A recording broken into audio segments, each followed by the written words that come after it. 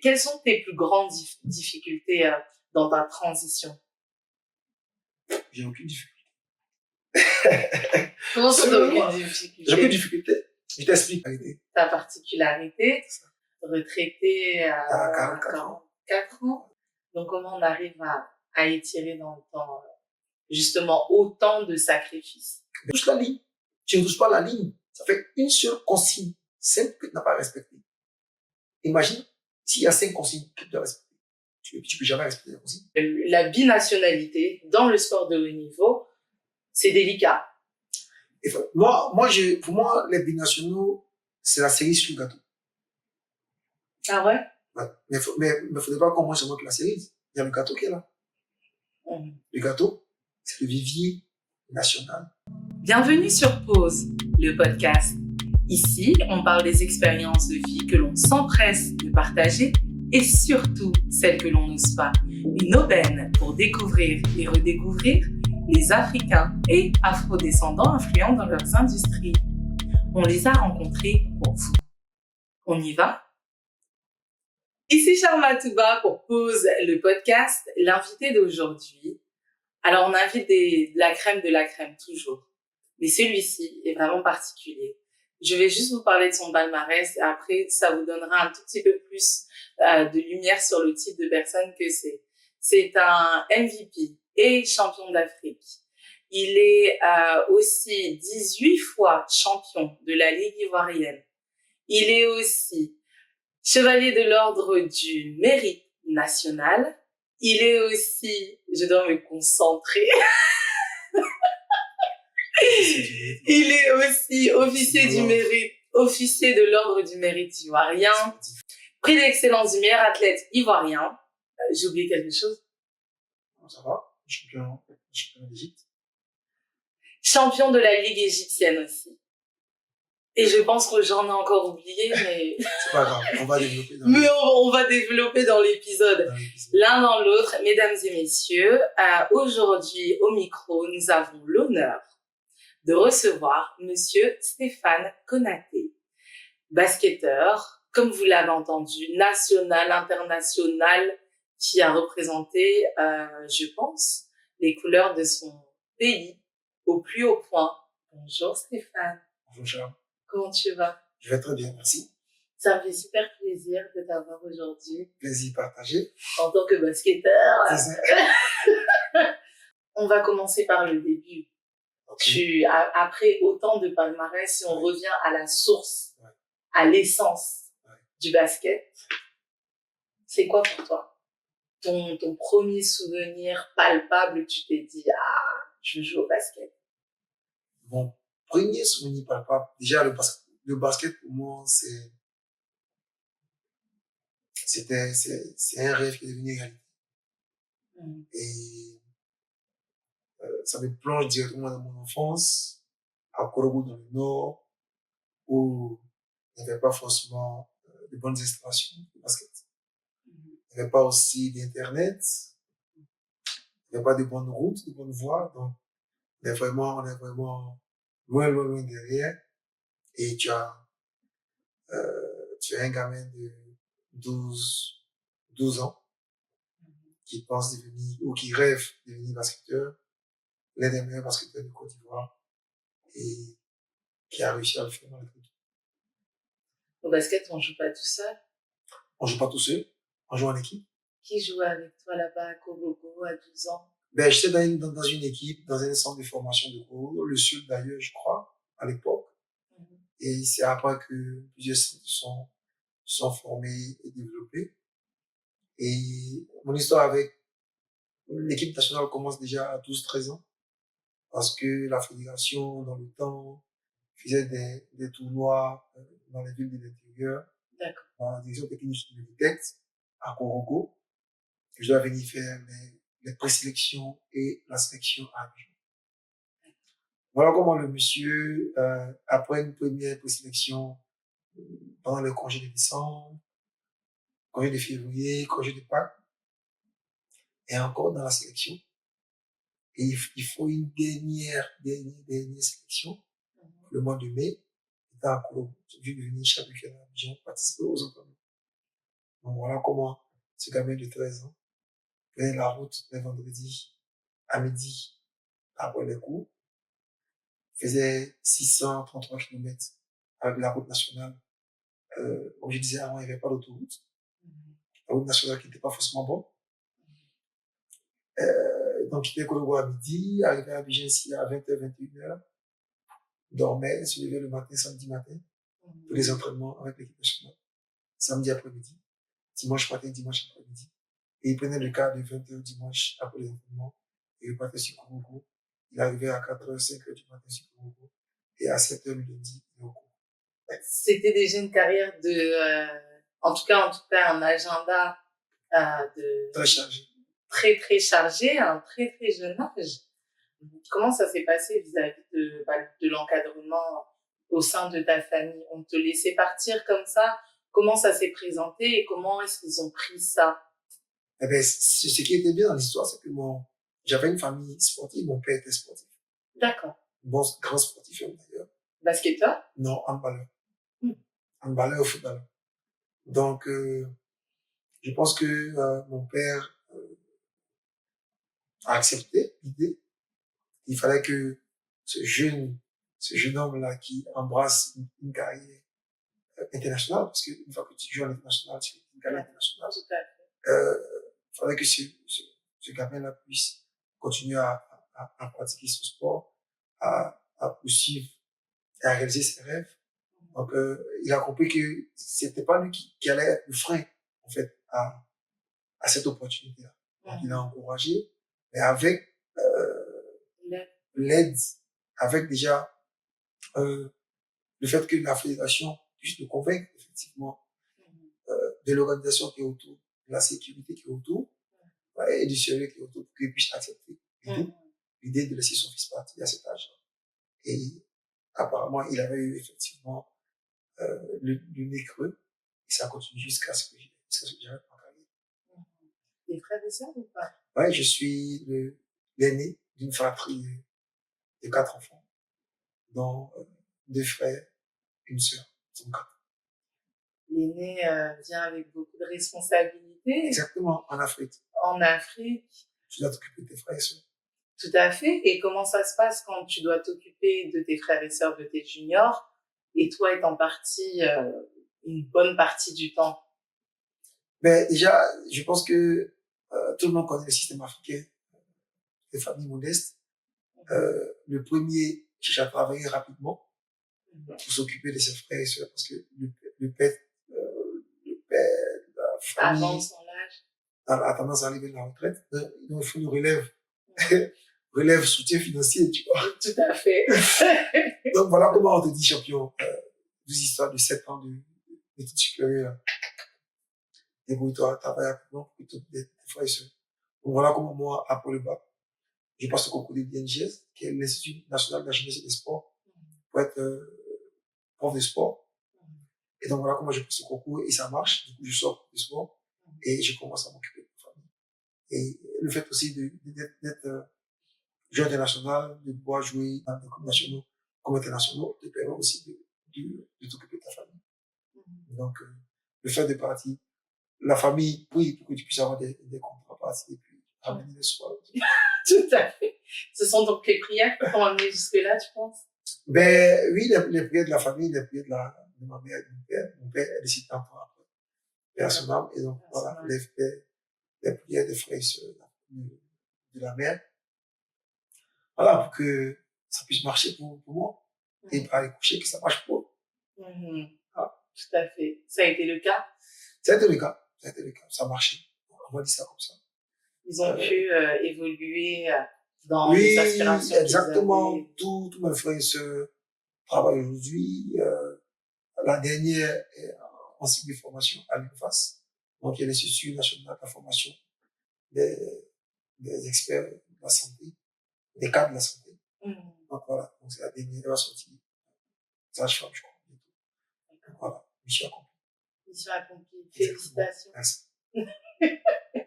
Ah, mais souvent, le succès de l'un, très, très souvent, on dit que dans la vie de sportif, c'est lui qui est sur le terrain, lui ou elle sur le terrain, qui performe. Il y a tout le tour très souvent oublié. Exactement. La vie de sportif de haut niveau, c'est beaucoup de sacrifices. Exactement. Ce n'est que des sacrifices. Ce ne sont que des sacrifices. Ouais. Pour moi, je pense que la vie de haut niveau, ce ne sont que des sacrifices. T'as pas de sacrifice, t'as pas de succès. En fait, c'est que des sacrifices. Rien de Tu sacrifies ton temps avec tes amis, avec ta famille. Tu sacrifies ton temps, tu sacrifies ta jeunesse. Mais c'est positif, c'est un choix. Et on l'assume pleinement. En fait, c'est le fait de ne pas assumer ce choix qui fait que les gens ont une mauvaise hygiène de vie. Ils n'acceptent pas le sacrifice. Ça marche pas après. S'il faut le faire, il faut l'accepter. C'est un choix de vie qu'il faut que tu assumes. Quand tu dis accepter le sacrifice, c'est vraiment cet engagement Bien sûr. plein. C'est un engagement plein. C'est le fait d'accepter, par exemple, de ne pas se faire plaisir en allant en boîte chaque week-end. C'est un sacrifice que tu fais. C'est un choix. Tu l'assumes. C'est le fait de ne pas manger ce que tu veux. C'est de manger ce qu'il faut que tu manges. Pour que tu puisses être toujours performant. C'est un sacrifice. C'est un choix. Quand tu refuses de faire ça, ben, ça marche pas. Très limité. Exactement. Parce qu'il y a effectivement être performant, faire partie des meilleurs, et il y a la longévité dans le temps. Exactement. Ce qui est, je pense, ta particularité, retraité à 44 ans. J'ai jusqu'à 44 ans. Donc jusqu'à 44 ans. Au haut niveau. Et j'ai même eu le prix de FIBA Afrique. Et FIBA Afrique m'a décerné un prix de la longévité dans le haut niveau. Ah, on en parlait. Donc comment on arrive à étirer dans le temps justement autant de sacrifices? Ben, c'est la rigueur. C'est la rigueur avec soi-même, c'est la rigueur avec les autres. C'est des sacrifices. C'est la discipline dans ta vie sportive comme dans ta vie civile, on va dire ça comme ça. Donc c'est être discipliné et être rigoureux en même temps, c'est très compliqué. Si tu réussis à avoir ces deux valeurs-là, à prendre le corps, tu vas une très bonne carrière. Une longue carrière. Ça prendra, je pense. Bien sûr. Bien sûr. Parce qu'il y a ceux qui sont talentueux, enfin, pour les sportifs de haut niveau, j'ai l'impression, il y a ceux qui sont talentueux de base. Il y a ceux qui travaillent pour être au niveau du talentueux. Et il y a ceux qui travaillent pour être au niveau du talentueux. Mais pour travailler pour être au niveau du talentueux, c'est la rigueur, la discipline. Le travail, la rigueur, la discipline. Et toi, tu faisais partie de quoi? Tu faisais partie de ceux qui avaient des habilités physiques. Tu vois, par exemple, moi, j'étais pas une talentueuse. Ouais. Moi, j'étais quelqu'un qui avait des habilités physiques. Et voilà, la répétition, la rigueur, et après on tire son épingle du jeu. Mais toi, tu étais quoi? Tu étais talentueux et tu as conservé ce talent-là. Moi, je parlais que j'étais talentueux. Certes, j'avais un talent, mais avoir un talent n'est pas forcément être talentueux. Moi, c'est ça. Tu peux avoir un talent, un tout petit talent. C'est quoi la différence? Le talentueux, c'est celui qui sait tout faire, sans faire d'effort. Ok? Tu as un talent et tu as quelque chose. Oui. Et il faut le travailler pour que tu sois talentueux. Tu vois ce que je veux dire? Ouais. Pour moi, c'est ça, en fait. Tu vois? Et le talentueux, il n'a pas besoin de travailler. Il sait déjà tout faire naturellement. Tu vois? Et donc, généralement, le talentueux baigne dans cette aisance, cette flemmardise, là, ça comme ça, tu vois? Et, il sait que ça fait, il fait ça marche, donc moi, j'ai travaillé pour ça. Il fait pas d'effort. Celui qui a un talent, qui travaille pour être talentueux, c'est beaucoup de sacrifices. Dans le travail, le sacrifice, comme je disais tantôt, la rigueur, la discipline. Tout ça réuni, je dirais, tu es talentueux. Donc toi, tu avais un talent. J'avais un talent. Et tu es devenu talentueux à force de travail. À la fin de ma carrière. Je vais te raconter une anecdote par rapport à ça. Dis-moi. On avait un entraîneur, on a toujours un entraîneur, hein, qui est entraîneur de l'équipe nationale actuelle, M. Nacho Lexano, qui est espagnol. Vous savez qu'en Espagne, c'est le basketball, le vrai basket, c'est le basketball académique.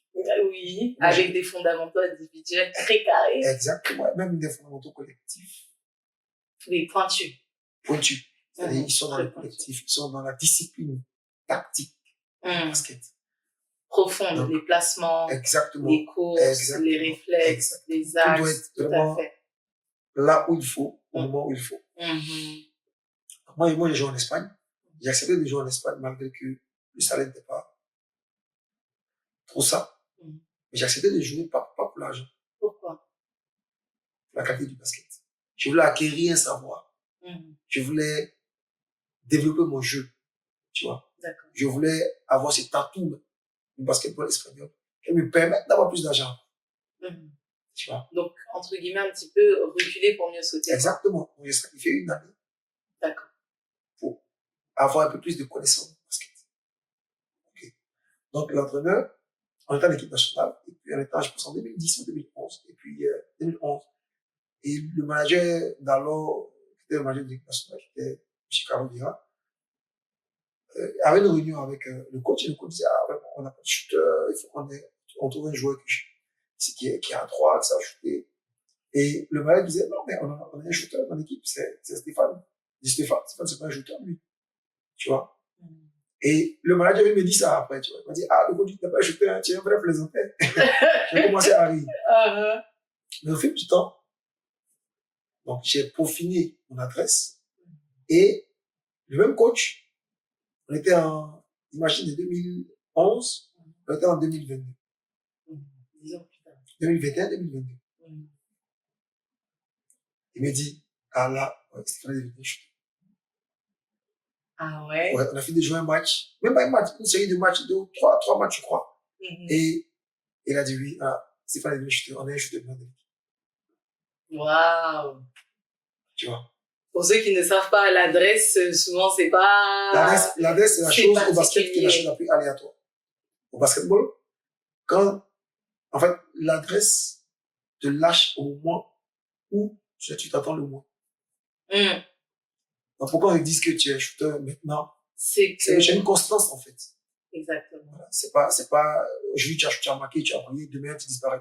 C'est une constance. Et c'est une constance, pas juste une constance, c'est une constance à mi-distance, une constance à longue distance. Exactement. Et une constance à un certain niveau au-dessus de la moyenne des autres qui scorent aussi. Exactement. Et tirer dans le temps.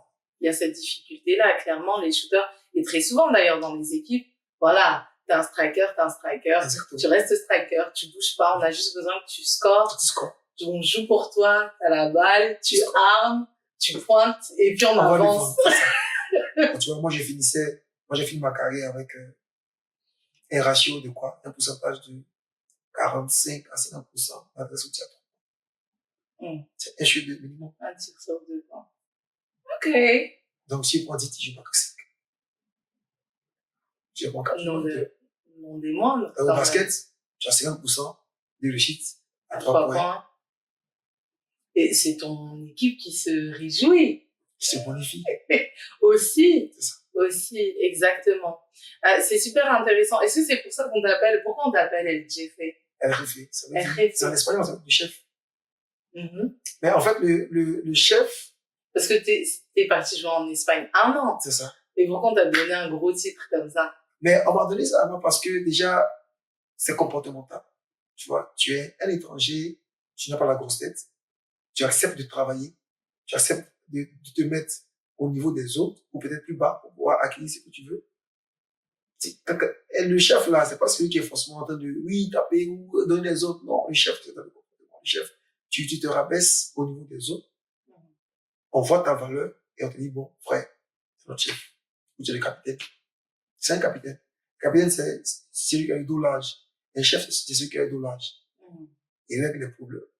Sans forcément frustrer ou invectiver les gens. Et voilà. Et tu attires l'admiration, tu attires le respect de tout le monde. Et voilà. Donc, ce sont les autres qui qui te mettent à ce titre-là. Exactement. Mais toi, de manière, entre guillemets, naturelle, dans ta fratrie, tu as eu cette position-là sans avoir rien demandé. Exactement. Donc, j'ai bien envie de prendre soin des autres. C'est un petit peu est-ce qu'on peut dire que c'est un petit peu ce que tu as projeté dans quelque chose qui t'a été donné, entre guillemets, pas de force, mais donné naturellement. Moi, où tu as continué Parce que ça aurait pu aussi être, je suis l'aîné à la maison, j'ai pas envie d'être l'aîné ailleurs, en fait. J'ai pas envie d'avoir cette responsabilité-là, parce que c'est lourd. On reste des êtres humains, surtout à haut niveau, c'est vraiment pas évident de pouvoir déjà se tenir soi-même à un certain niveau, comme tu disais, c'est pas juste les performances, il y a tout ce qui est autour du terrain, et l'après, tu vois, ça aurait pu aussi être l'effet inverse. Pourquoi pour toi ça n'a pas été le cas? Le leadership, être leader, je pense pour moi, c'est naturel. Oui. Tu penses que le leadership, c'est naturel? C'est naturel. Ça se travaille pas ou? Pour moi, hein. Pour moi. Après, tu peux le travailler, mais les leaders se voient tout de suite dans les groupes, naturellement. Un leader, on ne force pas pour être leader. Ça se voit. Jamais ceux qui forcent pour être leader, ce sont des opportunistes. Des opportunistes? Exactement. Tu forces pour être quelque chose, tu es un opportuniste. Parce que tu cherches, derrière ça, tu recherches quelque chose. Le leader, là, il ne recherche pas forcément quelque chose derrière son lead. Il le fait naturellement. Il ne cherche pas de retombées particulières. Exactement. Et tout de suite, naturellement, les gens vont vers lui. Sans forcer. Mais un leader se caractérise par quoi? Se caractérise par son savoir-être, son savoir-faire, le don de soi, l'acceptation des autres, l'écoute des autres et l'aide qu'il donne par rapport aux autres. C'est tout. Mais après avoir donné autant de toi. C'est ça. Parce que quand on donne... Je continue. Oui, tu continues. Je continue. Tu continues parce que tu as pris ta retraite et là tu rentres dans une... Je suis dans l'encadrement, je suis manager d'une équipe nationale, je suis entraîneur d'une équipe locale, manager et entraîneur d'une équipe locale, je suis président d'une association, je continue de donner. Tu continues de donner ça. C'est ma passion. C'est ta passion de donner de toi? Ouais. C'est ce qui te nourrit? J'aime donner. Je prends plaisir à donner, je prends plaisir à aider, je prends plaisir à trouver des solutions pour les autres. C'est ça. Et qui trouve des solutions pour toi? Et moi-même. Quand tu es entraîneur, tu réfléchis pour 12 personnes. Oui, mais qui fait pour toi? Tu vois ce que je veux dire? Tu peux faire pour les autres et donner autant des autres. Oui, mais en fait, oui, dans ce sens-là, qui fait pour toi, on m'aide, mais on ne fait pas pour moi. Tu vois? Et l'aide, là, vient de la famille, de mon épouse, voilà, de ma famille, de mes frères et sœurs, de ma mère, tu vois, de mes beaux-frères, de mes beaux-frères. Ça. Mais ils ne font pas pour moi. Ils m'aident dans la tâche. Tout à fait. Ok. Donc, voilà. C'est là-bas que je tire ma force. Tu parlais justement de ton équipe locale. Oui. On parle un petit peu des résultats ou Oui, il n'y a pas de problème, il n'y a rien de caché. Hein. Il n'y a pas de souci. Donc, j'ai pris une équipe locale dans le mois de janvier. Pourquoi eux? C'est le feeling. Je pense que, moi, j'étais là croyant. Je pense que rien n'arrive au hasard. Bon. Et si c'est l'équipe-là qui m'a plu, j'ai eu beaucoup de propositions, mais c'est l'équipe-là qui m'a plu. Je sais pas pourquoi, mais j'avais un sentiment d'appartenance, en fait, à l'équipe. Oui. Et tout de suite, là, ça a marché. Avant même... Ça a matché et ça a marché. L'un dans l'autre. Oui, avant même que je prenne l'équipe, c'est des intuitions, tu vois. Et quand tu fais 22 ans de carrière dans le basket, avec l'expérience que tu as, il y a des choses qui ne te manquent pas. Il y a des choses que tu captes tout de suite. Et voilà, donc je les prends depuis janvier et les Japonais ont commencé en février. Donc je commence à travailler avec eux. C'est des jeunes, ils sont jeunes. C'est une moyenne d'âge de 22-23 ans maximum. C'est un plaisir. C'est encore des éponges. À 22-23 ans? Bien sûr, c'est encore des éponges. Mais la majorité des fondamentaux sont posés. Parce que quand tu prends ton temps à ce qu'on t'apprenne des choses qui ne sont pas forcément des bonnes choses, le jour où il y a un shift et que tu te rends compte que c'est maintenant qu'on t'apprend en fait le vrai basket. C'est comme tu deviens comme une éponge aussi. Oui, c'est vrai. Parce que tu effaces tout de suite. Exactement. Tu effaces tout de suite ce qu'on te donnait avant, que tu trouves maintenant que c'était pas bon. Oui. Là, tu acceptes de prendre tout ce qui est bon. C'est pas évident parce que tu vois, il y a des habitudes. Exactement. Il y a les habitudes de jeu. Donc là, ça veut dire que toi, tu, entre guillemets, effaces un petit peu les habitudes de jeu. Je suis en train d'effacer. Oui, tu es en train de... C'est ancré. Tu peux être une éponge, mais avoir de bonnes habitudes, hein. C'est que tu peux accepter bien sûr. nouveaux, mais il y a les anciens qui sont là. Exactement. Les points, c'est pas forcément ce que... Tout à fait. Voilà. Tout à fait. Voilà. C'est ce que je veux dire par là. Ouais. Donc, nous, on est en train d'effacer un tout petit peu les mauvaises et les anciennes habitudes pour intégrer au maximum les bonnes habitudes dans la pratique du basketball. En réfléchissant. On réfléchit au basket. Donc, moi, je ne leur apprends à réfléchir au basket. En faisant ça, ils prennent plaisir à jouer au basket. Ouais, c'est des bons petits. Donc, on a 11 matchs, 9 victoires d'affilée. Première partie du championnat. Match aller. Là, on va entamer la phase de retour du samedi. Pour moi, c'est comme je disais aux jeunes, le plus important, c'est de progresser. Mais, je leur dis, même en progressant, on perd des matchs. Oui. Mais quand tu perds un match et que tu sais pourquoi tu perds et que tu corriges, tu progresses. Donc, c'est de progresser le plus important. Donc, toi, le plus important, c'est pas de leur dire la gagne. Non, ça sert à rien. Malheureusement, aujourd'hui, dans les centres de formation, oui, c'est ce qui se passe. C'est ce que j'allais te dire. On a des Benjamins de 12, 10, 13 ans à qui on entend de gagner des matchs. Ils vont gagner des matchs à 13 ans pour faire quoi avec? Dis-moi. Ils vont oublier, moi, c'est pas quel match j'ai gagné à 13 ans. Je me rappelle effectivement que j'ai joué le tournoi. C'est ça le plus important. Oui. Mais j'ai gagné quel match quand j'étais en centre de formation? Moi, en équipe nationale, centre de formation. Ça reste tu pas. me demandes, ça ne reste pas. Mais la formation, elle reste. Ouais, les armes. Elle reste. Vaut mieux plutôt former les enfants. Et leur apprendre des valeurs. C'est vrai de la gagne, mais apprendre aussi aux enfants que quand tu perds, c'est normal. Il faut apprendre tes défaites. Ah, dans les valeurs. Exactement. Moi, je m'entraîne après toi avec les gars. Toi, tes valeurs, il y a beaucoup de lignes. Hein. Bien sûr. Il y a beaucoup de Sicile. Mais bien sûr. Mais c'est ça. Le respect des consignes. Ouais. La rigueur. Le respect des consignes. Il faut être rigoureux dans le respect des consignes. Tout à fait. On te dit touche la ligne et tu touches la ligne. Tu ne touches pas la ligne. Ça fait une seule consigne simple que tu n'as pas respectée. Imagine s'il y a 5 consignes que tu dois respecter. Tu peux jamais respecter les consignes. Tu peux pas. Mais jamais de la vie. Même 2 sur 5, ce sera une seule consigne. Cours, touche la ligne et tu reviens. Tu vois, tu ne touches pas la ligne. Il y a un problème. Donc, on recommence. Comme ce qu'on voit le mardi soir. Exactement. Tu recommences. Tu touches la ligne, tu ne touches pas, on recommence. Mais je te jure, à un moment donné, tu vas toucher la ligne. Ah, ils touchent. Moi, je les vois. Ils touchent. Voilà. Mais c'est les personnes qui nous entendent, les personnes qui nous voient, ils touchent. Ça, c'est ceux qui veulent gratter. Quand tu touches la consigne, quand tu parles de touche la ligne, tu respectes la consigne. Moi, je te dis la consigne. Au fur et à mesure. Donc, quand tu apprends ces valeurs à des gamins de 12, 13 ans, ils grandissent avec, tu n'as plus besoin de leur donner cette consigne-là quand ils sont seniors. C'est un acquis. C'est un acquis. On vous dit, courir ligne de fond, toucher la ligne, tout de suite, c'est un réflexe. Ils n'arrivent même pas à tricher parce qu'ils sont habitués à faire ça. Donc, sur ces valeurs-là qu'on a aux enfants, la gagne, c'est vrai, mais avoir des armes pour gagner, ces armes-là, c'est l'apprentissage. Tu vois, l'apprentissage de tout ce qui est technico-tactique.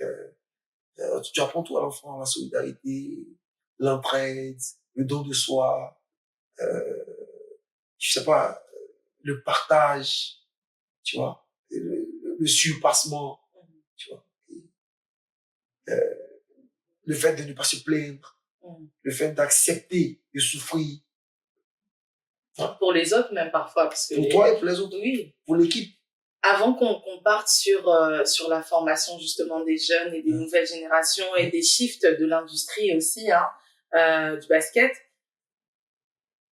c'est une chose de jouer, d'être joueur. Parfois, en tant que joueur, il y a même des choix technico-tactiques que tu n'aurais pas fait les mêmes que ceux de ton coach. C'est ça. Mais c'est toute une chose de prendre une équipe, de la coacher, de leur donner des valeurs. Comment s'est passée la transition? Parce que c'est une chose, tu vois, de les avoir avec toi, oui. de savoir quoi faire. Oui. Et c'est vrai que elle refait. Donc tu as un petit peu ça, mais ça reste, non? Il y a des. Quelles sont tes plus grandes difficultés dans ta transition? J'ai aucune difficulté. Comment ça, t'as aucune difficulté? J'ai aucune difficulté. Je t'explique. Tu sais, moi, je suis prof de sport. Oui. Donc, j'ai fait une formation. Pendant 4 ans, j'ai une maîtrise, une formation. Et dans cette formation-là, j'ai une licence de psychologie, ok, une licence de sociologie, ok. C'est un paquet, psychologie, sociologie. Donc, dans ce processus d'apprentissage, on t'apprend là, à maîtriser, à comprendre la société, la sociologie. C'est pas dans la société. Donc, on t'apprend aussi à connaître l'homme, et à comprendre l'homme, la psychologie. Donc, une fois que tu comprends et tu connais les gamins, une fois que tu maîtrises leur environnement, tu maîtrises comment ils vivent, où ils vivent, pourquoi ils font ça, et pourquoi ils se comportent comme ça, tu ne vas pas en fait, tu ne les brimes pas. Si tu comprends comment ils vivent, tu comprends comment ils sont éduqués, tu comprends où ils vivent et l'environnement dans lequel ils vivent, pardon. En fait, tu vas surfer dessus et modifier ça, en fait. Il va faire que l'enfant, quand tu vas lui parler, quand tu vas lui donner des conseils par rapport à ce qu'il fait n'est pas bien, tout de suite, il va accepter. OK? Par rapport au tact que tu as mis Exactement. en place. Mais c'est pas justement difficile pour toi de leur apporter ces armes-là, mais de ne pas déborder, parce que tu sais, enfin, c'est un peu marrant que tu dis ça, parce qu'on parlait avec les gars la dernière fois, avec qui on joue juste après vous, et on se disait, dans ces jeunes-là, il y en a qui sont fit, mais on ressent dans nous qu'ils sont pas fit, parce qu'ils font des ponts. On sent qu'ils sont fit, parce que peut-être que, voilà, qu'ils sont pas 3 repas par jour. Comment est-ce que toi, déjà nous on voit ça de l'extérieur, comment toi, en comprenant ça, en absorbant ça en tant que coach, tu ne passes pas justement cette barrière du plus que coach ou plus que parce que ça on est des êtres humains, tu vois, ça peut faire mal au cœur, ça peut te toucher toi-même. Comment tu fais justement pour ne pas passer cette barrière là, ou est-ce que tu la passes? Ouais, déjà pour revenir à la précédente question. En fait, moi, j'ai pas de difficulté parce que, comme je disais, j'ai déjà prof de sport à la base. Et ensuite, j'ai passé mon diplôme d'entraîneur. Et quand j'étais joueur. Et étant joueur, j'avais déjà l'âme de l'entraîneur. Parce que je donnais des consignes, je ciblais ou je constatais des difficultés sur le terrain et que moi, j'aidais les autres à résoudre des difficultés sans que le coach n'intervienne déjà. D'accord. Et j'aidais le coach aussi par rapport à ma vision, par rapport à mon expérience. J'aidais le coach à pouvoir trouver des solutions par rapport à des problèmes posés dans le jeu. Donc, j'avais déjà cette habitude-là de pouvoir faire ça. Ensuite, entraîner des jeunes, leur donner des rudiments nécessaires physiques, comme tant physique que technico-tactique. Ça, c'est ma formation de prof de sport. OK? Avec tout ce qui va avec. Exactement. Et donc, quand tu es en fin de carrière, tu prépares tout ça. OK? Donc, en préparant tout ça, tu as déjà tous ces bagages. Avec toi. Et comme je le pratiquais quand je jouais, donc quand j'ai fait le shift, c'était comme c'était pareil, en fait. Donc, moi, pourquoi j'ai aucune difficulté. Maintenant, revenons sur le fait qu'il ne faille pas dépasser la limite avec les jeunes par rapport à ce que tu leur as dit. En fait, ce qui est bien dans l'histoire, c'est que je suis leur idole. Ça, c'est un atout. Tu vois, ce que j'ai fait, ce que j'ai été, ce que je continue à faire, ils sont très attentifs à ce que tu dis. Ils sont 2 fois plus attentifs lorsque tu leur dis, voilà ce qui va se passer si vous faites ça dans le match. Ils le font, ça se passe et ça marche. Pas une fois, plusieurs fois. Donc, quand tu leur dis qu'il faut que les gens t'en de manger, par exemple, que au lieu de manger chaque fois du garba, essaie de manger des pâtes. Il n'y a pas à disposition, hein. Tu vas acheter le dialogue, tu manges des pâtes, hein. Tu vois, c'est vrai que c'est pas la même qualité de pâtes que. Oui, c'est pas les Vanzani, mais ça reste des pâtes. Tu vois. Et le fond. Le coach m'a dit de manger des pâtes parce que si je mange des pâtes, voilà comment mon corps va être. Pour que je sois performant. Et comme c'est qu'il dit déjà même la vérité, parce que ça marche, en lui disant ça, il va changer de compte. C'est la foi. Et toi, toi, dans ton coaching, justement, tu fais tout pour ne pas passer cette barrière-là. Non. Ou parfois... Et même quand ils dépassent la barrière, ils trouvent ça normal parce qu'ils vont comprendre qu'ils ont exagéré. Ouais. Et ils vont prendre même le fait de dépasser la barrière, ils vont prendre ça positivement. Plutôt que d'être frustré ou d'être... se fermer, se braquer. Au contraire. D'accord. Et moi, je veux la discussion dans le respect de l'un et de l'autre. Vous me respectez en tant que coach d'enfant, moi je me respecte en tant que petit frère et homme et joueur. Il y a un respect mutuel. C'est pas parce que moi je suis ouvert qu'on va me manquer de respect. Aussi. Qu'on va me répondre quand je parle. C'est clair entre eux et moi. Ça fait partie de vos règles de base. Exactement. Et dans ces mêmes règles de base, c'est vous avez un problème, je suis là, je suis ouvert, même si le problème, on va le résoudre ensemble. Il y a toujours une solution à un problème. Quand je n'ai pas pouvoir résoudre ton problème, je te dis, là, c'est compliqué. Voilà la personne habilitée à résoudre ton problème. Voilà. Tu délègues, quoi. Exactement. Par rapport à toi, ton suivi de carrière, quel shift est-ce que tu aurais? Est-ce qu'il y a des shifts, justement, que tu regrettes, qui n'aient pas pu avoir lieu? Moi, comme je disais tantôt, moi, je suis croyant. Et je pense que tout ce qui m'arrive, là, c'est ce qui devait m'arriver. On m'a dit, ah ouais, pourquoi t'as pas joué en NBA, pourquoi t'as pas joué en Europe, pendant longtemps, pourquoi t'as pas fait ci, t'as pas fait ça. Comme je disais, c'est pas moi qui décide. Ce sont les opportunités qui s'ouvrent à toi, et on saisit les opportunités. Okay. Il y a 20 ans, il n'y avait pas Internet. La seule manière de te faire voir, c'est que tu participes à une compétition internationale et que tu brilles. Pour qu'on puisse te voir. Très fort. Tu détectes et qu'on puisse te proposer des contrats. Et avant, poser un contrat à un Africain, c'était pas facile. Tu joues en local, c'est vrai, voilà, c'était pas évident. Aujourd'hui, avec la visibilité et l'opportunité qu'Internet offre au monde, les choses deviennent plus faciles. Sur cette ouverture-là. Du monde, tu vois. Et quand tu n'as pas d'opportunité, tu les crées. Et souvent, tu les crées avec des armes que tu as. Et quand tu ne crées pas d'opportunité, parce que tu n'as pas d'armes, ben tu saisis ce que la vie te donne. Et moi, j'ai saisi ce que la vie m'a donné. Aujourd'hui, je suis peut-être ce modèle ou cet exemple local-là, parce qu'effectivement, je suis blessé ici. Principalement, oui. Exactement. Ça, je disais, tu es un peu l'enfant du pays. C'est ça. Si je partais là, j'allais me connaître plus ou moins, peut-être pas. Oui. Est-ce que peut-être... On peut se poser beaucoup de questions. Bien sûr. Donc, moi, j'accepte ce que j'ai eu comme carrière. Je l'accepte. Je suis fier de ce que j'ai eu comme carrière. Aujourd'hui, c'est ce qui me vaut le rôle de dénoncer, d'exemple. Voilà. Et on va dire un griffe de légende, tu vois. Mais dans mon pays. Parce que j'ai servi mon pays. J'ai fait tout ici, pratiquement. Et j'ai fait que faire peut-être 5 ans à l'extérieur. Mais quand je pars, je reviens continuer à jouer. Ouais. Oui, parce que tu as toujours joué pour l'équipe nationale. Exactement. Tu penses quoi, justement, des binationaux? Et de la difficulté, parce qu'il y a beaucoup cette discussion en ce moment, hein, que ce soit dans le basket, que ce soit dans le foot. Là, on l'a bien vu, la CAN est passée, le sujet des binationaux était très souvent remis sur la table, en basket aussi. Là, on le voit pour les JO qui arrivent.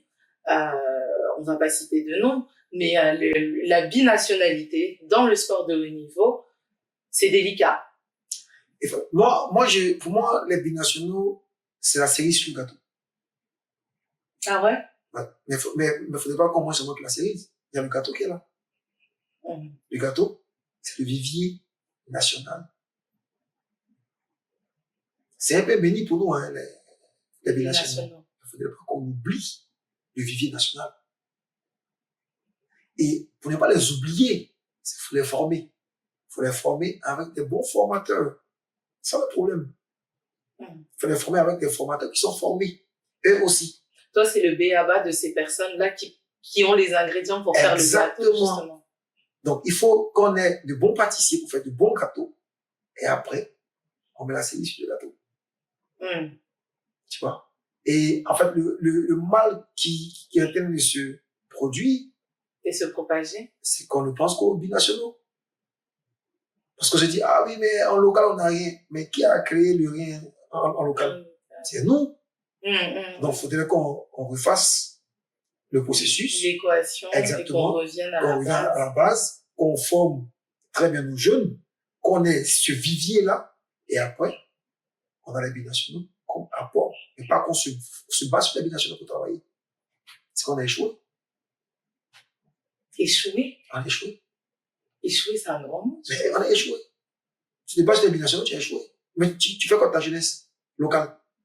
Du demain. Tu fais quoi d'eux? Où est-ce qu'ils vont? Qu'est-ce qu'ils font? Donc, ce qui fait que cette jeunesse-là, qui est oubliée, cette jeunesse, ça fait tout pour aller en Europe, pour être des binationaux. Et être considéré. Et il voit et il constate que, en fait, c'est parce que vous êtes là-bas qu'on te considère, et même si tu n'as pas forcément le niveau, et qu'on te voit. C'est que pour que tu deviennes champion, là, tu dois d'abord traverser l'Atlantique. Exactement. Voilà le problème aussi. Ils vont risquer leur vie pour ça. Parce qu'ils ne sont pas considérés ici. C'est un cycle. C'est un cycle. Toi, d'ailleurs, tu mets quelque chose en place à ton échelle. Exactement. Moi, je suis président d'une association qui s'appelle Une Baleine d'Espoir. Donc, créer les conditions idéales pour le basket, le sport en général. Pour avoir cet espoir-là. L'espoir d'être un jour le meilleur basketteur de Côte d'Ivoire. L'espoir d'être un jour, comment je dis, l'espoir de pouvoir réaliser ses rêves. Et impacter. Et impacter les autres, tu vois. Donc, du coup, l'association a pour objectif de réhabiliter ou de construire des stations sportives pour des terrains de basket. Qui ont déjà été le cas dans certaines villes. Exactement. On a fait 6 réhabilitations et 2 terrains construits en 3 ans. Yep. Vous n'avez pas chômé, quoi. On n'a pas chômé. Et donc, après ça, on fait des camps de basket. Donc, sur 3 jours. Annuel, sur 3 jours. Pour le moment, c'est annuel parce qu'il faut chercher les fonds. Okay. Et c'est un long et périlleux processus. Et pendant ce camp, en fait, la formation et en fait, la sensibilisation. Sur des thèmes qui minent la société aujourd'hui. Des thèmes comme le harcèlement sexuel comme le scolaire et sportif. Des thèmes comme l'importance de l'école dans la pratique du sport aujourd'hui. Des thèmes comme les grossesses indésirées en milieu sportif. Des thèmes comme l'abus ou l'impact négatif des réseaux sociaux dans le milieu sportif et scolaire. Des thèmes comme les conséquences de la consommation de la drogue dans le milieu sportif et scolaire. Beaucoup de thèmes. Et chaque année, on a un thème différent. D'accord. Et donc, on associe le camp à une association qui traite le thème en question. Donc, il vient pendant le camp. En partenariat. Voilà, en partenariat avec l'association qui vient former, donner des conseils, sensibiliser les jeunes sur ces fléaux-là qui mènent la jeunesse aujourd'hui. Voilà. Et après ça, tu lui donnes du matériel, tu lui donnes des kits scolaires pour accompagner les jeunes dans leurs études. Voilà. Et puis après, voilà, on essaie de donner du bon au cœur aux enfants, on essaie d'égayer les enfants. Après ça, on a une sortie culturelle. On fait une excursion dans un site touristique de la région. Pour que les enfants de la région découvrent leur région et qu'ils sachent que la région regorge de beaucoup de beauté. Voilà. Et après le camp fini, 17 notes joyeuses. Et pendant ce camp aussi, on a des concours de danse, on a des artistes, des jeunes qui chantent, qui viennent prester le camarade. Voilà. Le sport, c'est le sport et la culture. C'est le sport et la culture, l'un va avec l'autre. Hein. Exactement. C'est vrai que c'est pas toujours évident. Tu parlais de moyens un peu plus tôt. C'est extrêmement délicat de pouvoir trouver des moyens malgré l'impact mondial on voit que le sport a. Parce que oui, le sport et le sport de haut niveau, ça brasse beaucoup d'argent. Mais effectivement, revenir un petit peu à cette base-là, d'investir dans ces enfants qui ont 5, 8, 10, 12 et ainsi de suite, c'est pas évident. Exactement. C'est vraiment pas évident. Non, c'est pas évident. Nous, on a fait le choix de toucher les enfants de 10 à 18 ans. Parce que c'est eux la base, c'est eux le vivier, c'est eux l'avenir de demain. Voilà. Et on le fait depuis 3 années déjà. Nous sommes en 3e édition. C'est en 2024. On sera à la 4e édition. Et on espère faire le maximum pour pouvoir aider les jeunes. Et la première édition, on avait 100 participants. La deuxième, 200. La troisième, on était à 300 participants. Okay. Et on essaie d'intéresser le maximum de filles possible. C'est cette année, on avait 112 filles, je crois. Ok. Ouais, j'ai 300. La première année, on avait 30 filles. La deuxième année, 180 filles. Cette année, on avait 172 filles. Basketball féminin et cet investissement-là, pourquoi? Parce que il faut qu'on implique les filles dans la promotion du genre, pour que les filles aussi aient conscience de leur place dans le sport. Le sport, c'est fait pour les deux genres, filles comme garçons. Et c'est fait aussi parce que il faut qu'elles sachent qu'elles peuvent impacter la société en étant de grandes sportives. Ok? Et le choix dans la région du Nord est particulier parce que la région est très conservatrice. Exactement. Les parents ne laissent pas les filles comme ça aller au sport. D'accord. À cause de la tradition. Oui. À cause de l'éducation dans le Nord. Donc on essaie la pratique sportive reste encore tabou. Parce que voilà, les familles pensent que voilà, c'est une porte à la débauche, c'est une porte à la légèreté. Donc on essaie de faire comprendre aux parents que c'est une source d'épanouissement pour les enfants. Et ça commence à marcher plus ou moins. Oui, grâce au sérieux, 72 sur 300, grâce au sérieux qu'on met dans les camps, et grâce aussi je veux dire, au sérieux ou au visage des personnes qui sont devant aussi l'association. C'est ça aussi. Si on te donnait un chèque à blanc sans montant aujourd'hui pour l'association, idéalement, qu'est-ce que tu aimerais faire? On ne sait jamais. Les personnes qui nous regardent ou les personnes qui nous écoutent peuvent être motivées de s'investir à leur tour, qu'importe leurs horizons d'ailleurs, là-dessus. Donc, un chèque à blanc, qu'est-ce que tu aimerais faire? Le but de l'association, c'est de construire ou réhabiliter 100 terrains de basket. 100 terrains de basket en Côte d'Ivoire. Je vous explique pourquoi. Et on le fait dans les écoles.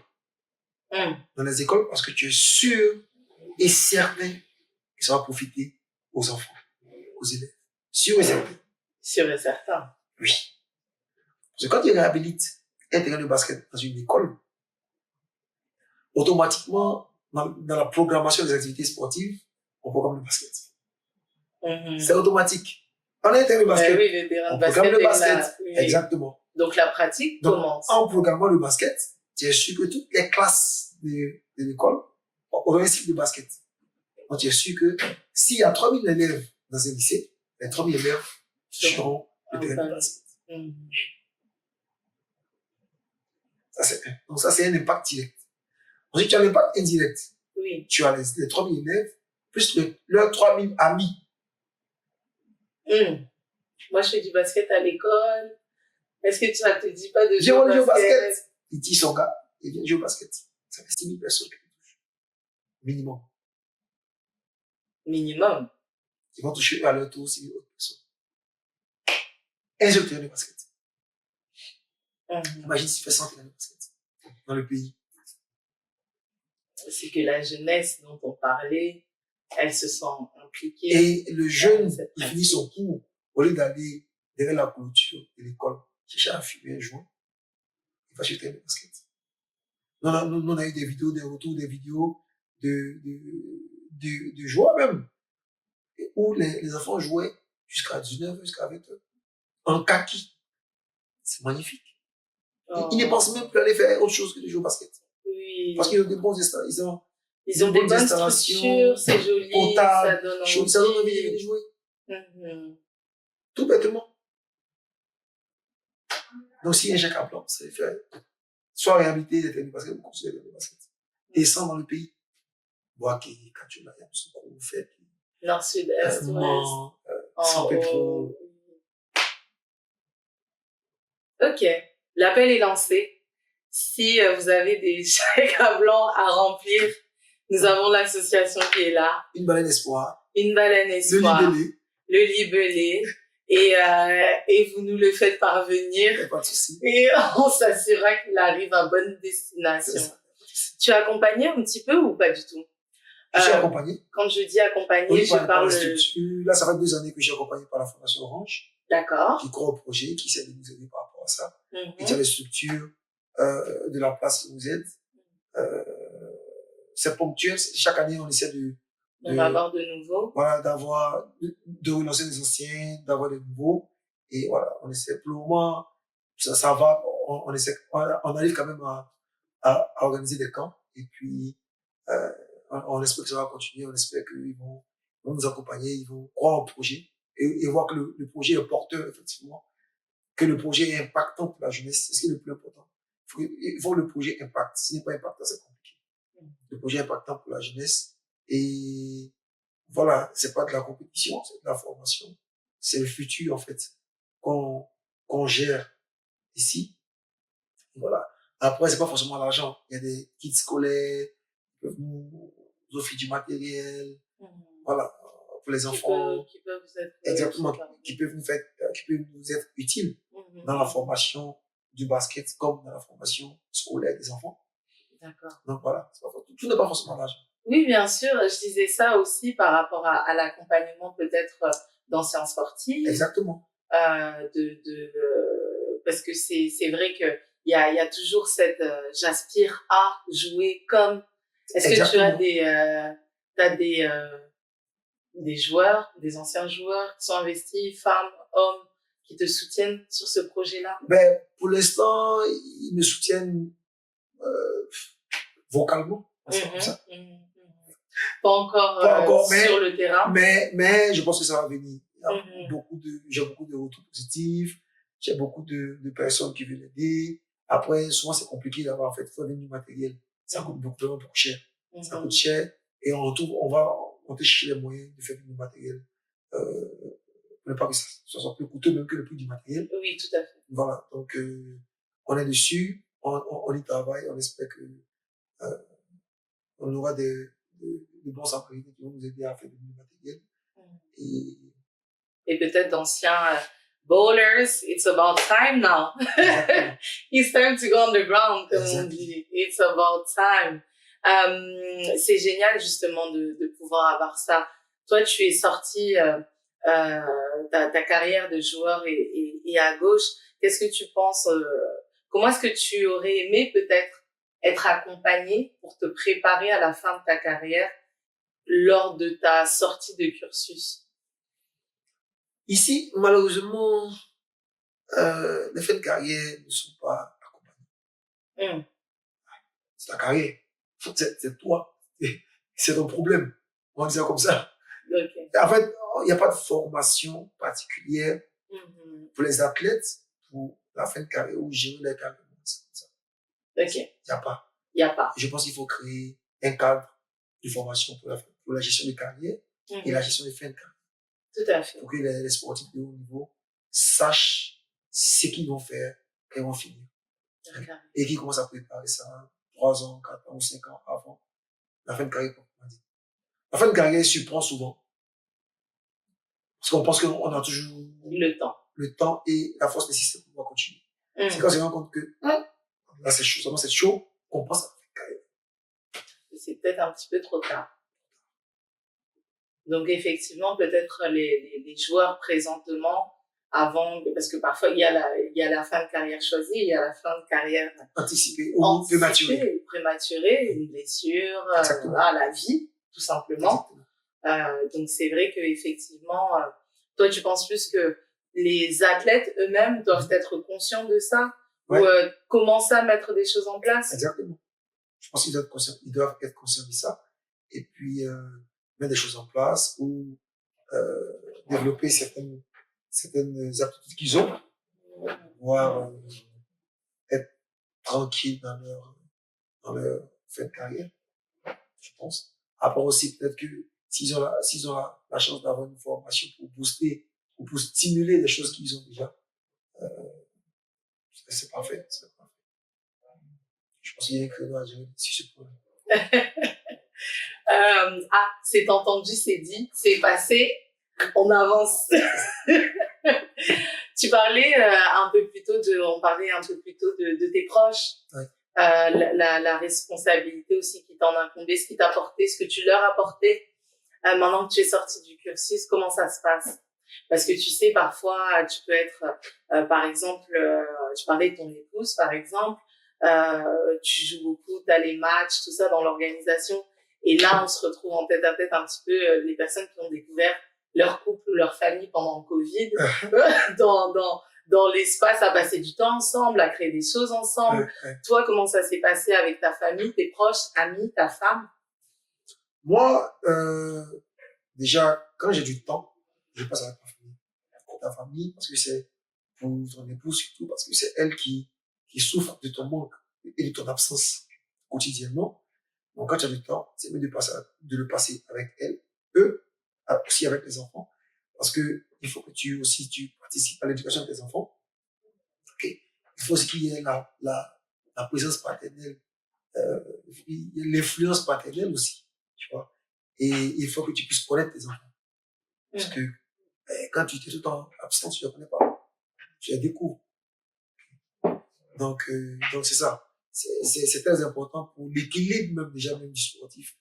Il faut qu'il y ait cette harmonie, cette compréhension de la famille, cette harmonie avec la famille, voilà, pour que la carrière puisse soit stable et fleurir. Même. Exactement. Et puis après la carrière, il faut que ça sorte du stable, parce que quand tu reviens, c'est là où on se découvre. Exactement. Et c'est chaud après. Tu étais donc comme ça pendant tous ces temps? Je savais pas. What was I gonna say? À Boss le podcast, il y a un concept dans le concept où l'invité précédent pose une question à l'invité suivant. Ah ouais? Ok. Et l'invité précédent a posé quelle question? Il a demandé quel est ton souvenir le plus joyeux pendant ta carrière? Ah ouais, mon souvenir le plus joyeux pendant ma carrière.